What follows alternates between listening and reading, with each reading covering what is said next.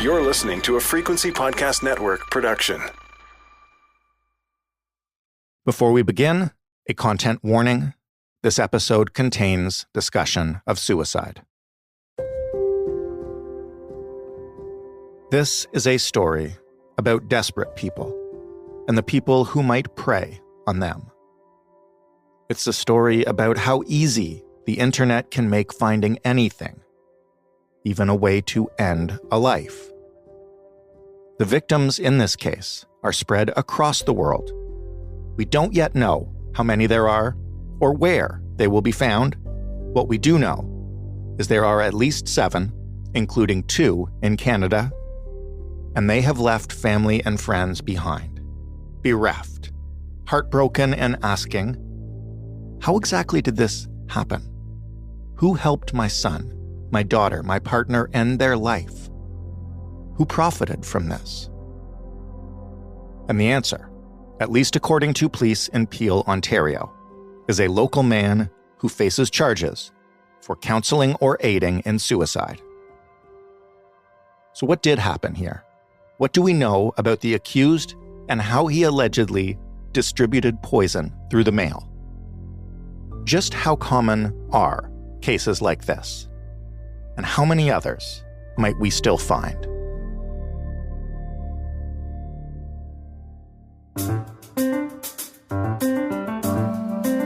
I'm Jordan Heath Rawlings. This is The Big Story.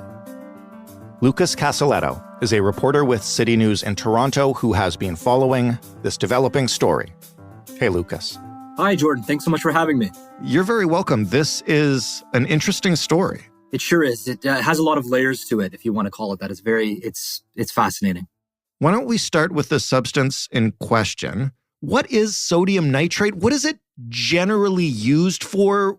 What does it look like? Sodium nitrite is a legal but potentially lethal chemical that can cause death if taken in large amounts. So we'll start with that. But it is most commonly used to speed up the curing of meat, and it helps preserve all sorts of types of meat. When sodium nitrite is added with salt, it can develop into a red and pinkish color, which is typical when you look at different types of processed meats. Now, it closely resembles salt as it appears in a crystallized white form. And that's what can make it challenging for normal observers to recognize it immediately without knowing that it is, in fact, a substance like sodium nitrate that can be lethal in high concentrations. And we're obviously not here to talk about curing meat. Why are we talking about sodium nitrate today? So, unfortunately, it's being mentioned in a rather distressing manner, given the context that's come to light. Last week, Peel Regional Police announced the arrest of a 57-year-old Ontario man. Now, this stemmed from the online distribution of sodium nitrate across the GTA that ultimately resulted in 2 deaths. This man in particular is suspected of selling the substance online through different companies. It could be as many as 4 to 5 different companies, all online. The charges against Kenneth Law were laid following a month-long investigation that ultimately began on March 31st. This came after a sudden death in which the victim was suspected of consuming sodium nitrite purchased through Law's online business. How would you go about purchasing something like that online, and how would Law's alleged actions or products find themselves in front of people? That's where it gets very interesting, but also very, very sad. What's rather concerning is how easily these people were able to search up sodium nitrite and ultimately order it through packages containing a legal but lethal substance. I haven't confirmed this independently, but according to some local media outlets, Canadians that were contemplating self-harm, they would go to a website, sort of like an online forum, and they would post their thoughts and their intentions. And this would ultimately lead to Kenneth Law's name being mentioned. And typically what would happen is they would use his initials, so KL. He became so well known that on these online forums, his initials KL would go up and they would lead people to KL. You want KL, check out KL. And they would then be directed to his website where they could purchase these substances. Now, the online forum, it's actually been blocked by governments in Australia, Italy, and Germany, and at least one internet service provider in the UK. If you search sodium nitrate online, there's even a link that directs you to Amazon. Now, I intend on reaching out to Amazon for comment on this to see if they realize that they're selling products that contain sodium nitrite and if they're aware of these allegations and ultimately if they're aware of this story and the charges against Kenneth Law. What does he say to the allegations against him? He denies them, but I've actually just recently gathered, again, I have not yet independently confirmed this, but according to CTV News, they have a source who informed them that Law was working as a chef at a hotel in Toronto. And that's where it becomes interesting, where you can kind of connect the dots. Because sodium nitrite is used legally as a substance for meats and preserving meats, if that checks out and he is in fact or was in fact working as a chef in Toronto, he would easily have access not only to the substance, but he would know a lot about it. So that's, again, not proven. And it's worth mentioning that this is not proven yet.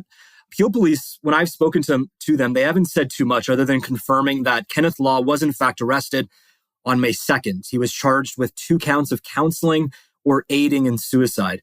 Now, this is just related to the deaths in Ontario, not overseas or in the United States, which is alleged to have happened involving products through his online business.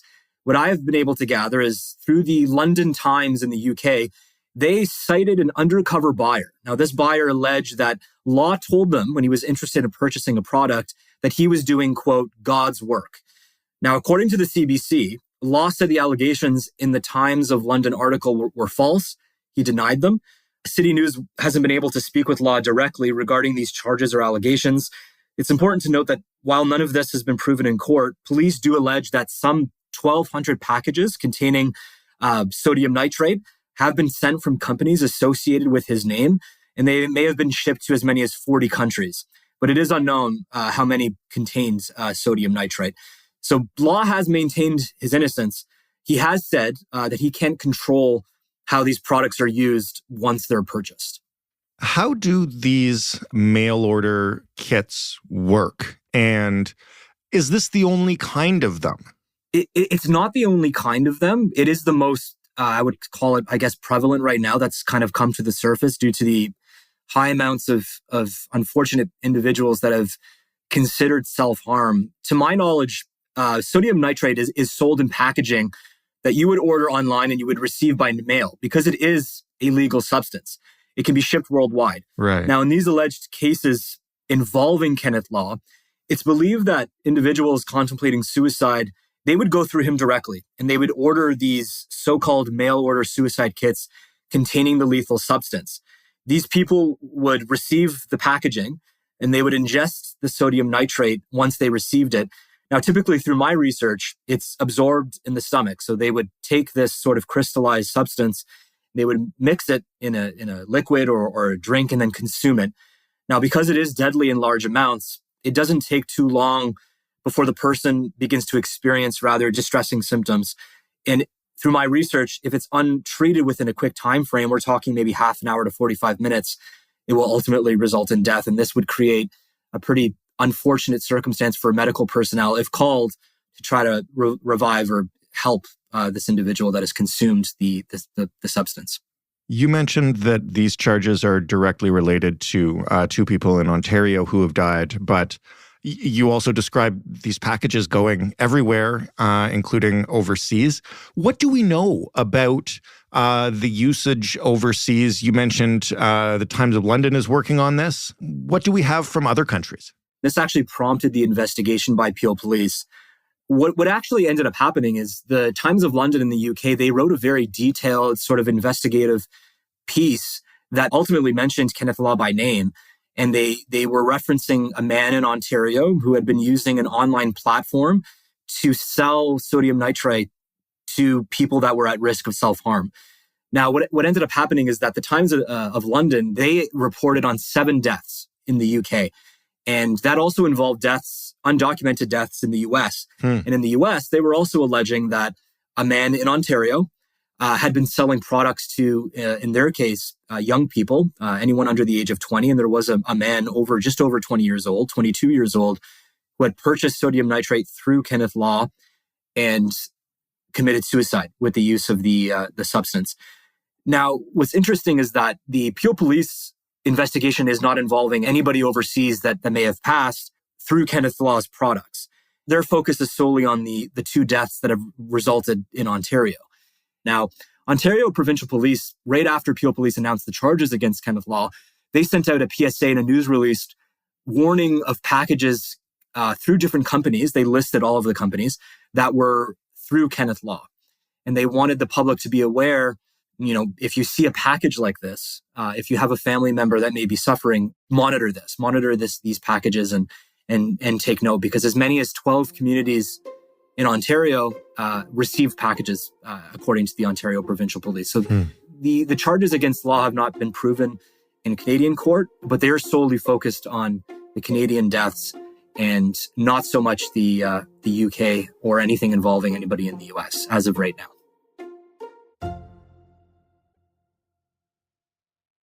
How complex is it in the law to charge someone with this? And I really genuinely don't know the answer to this, but as we've talked about this product is legally available for purchase.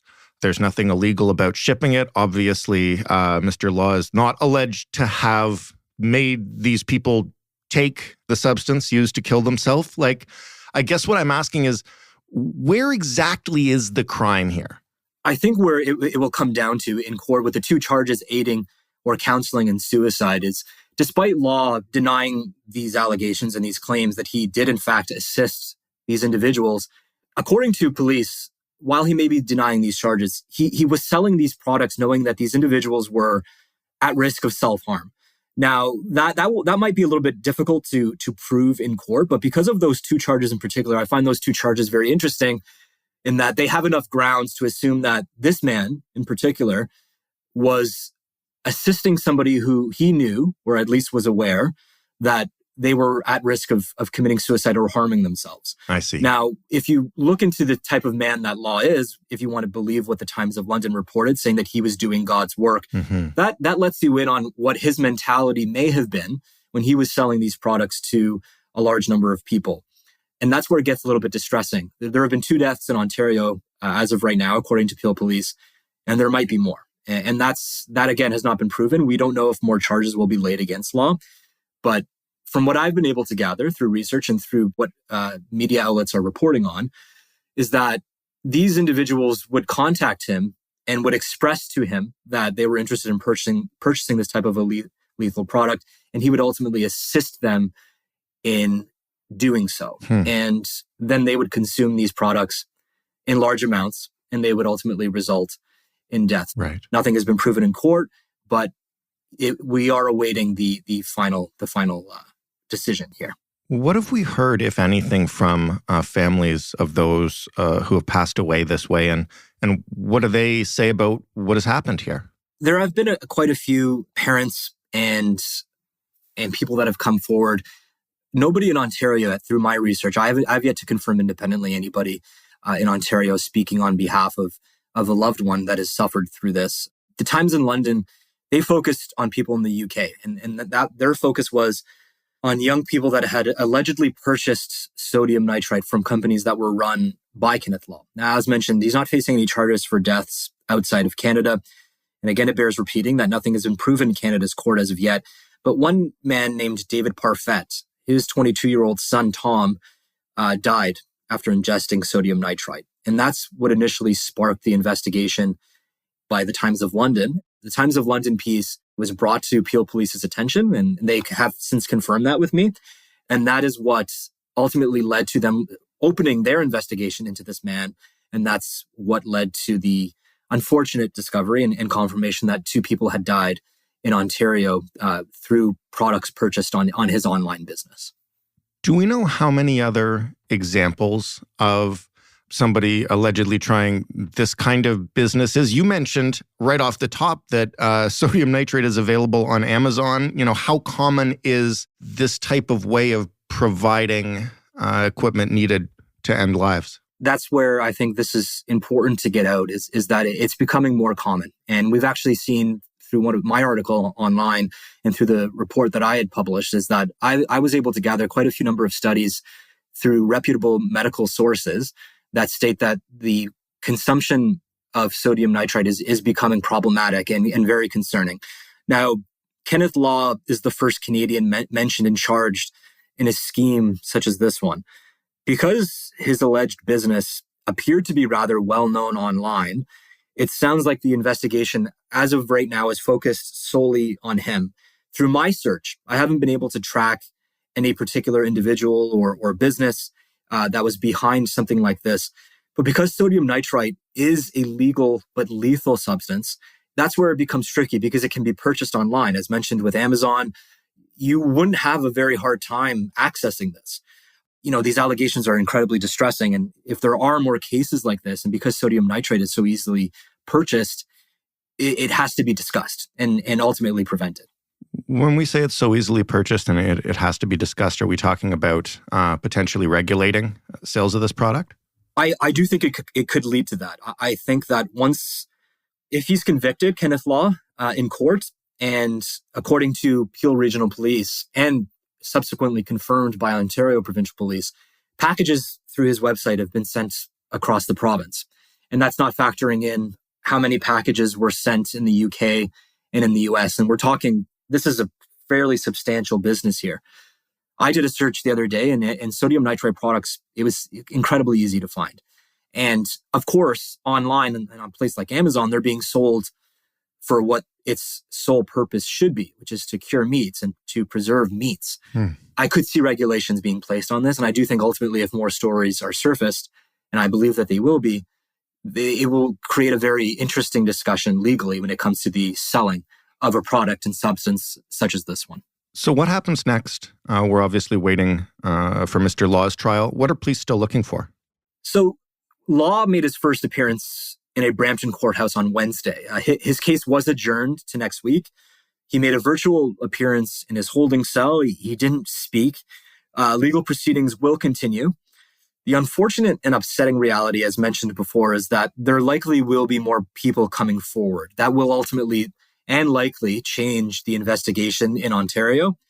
And as we've seen through other local media outlets, they're reporting on deaths that have occurred in the United States and in the UK. And while Canada can't charge Law based on those allegations and those alleged deaths, what they can do is expand their investigation here.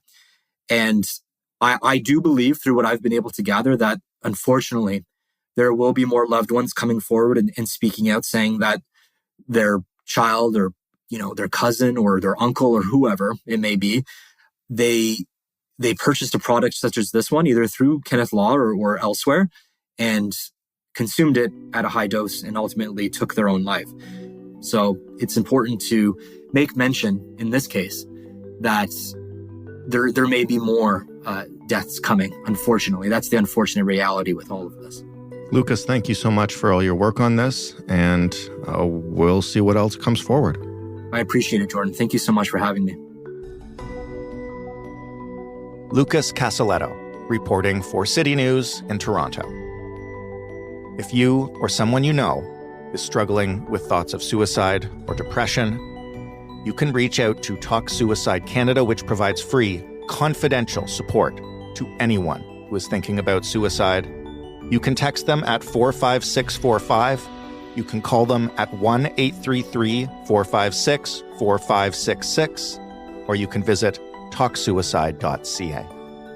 You can find The Big Story at thebigstorypodcast.ca. You can find us on Twitter at TheBigStoryFPN, and you can email us, hello@thebigstorypodcast.ca. This podcast is available wherever you get your podcasts. And as you may know, you can ask for it on a smart speaker by saying, play The Big Story Podcast. I'm Jordan Heath Rawlings. Thanks for listening. We'll talk tomorrow.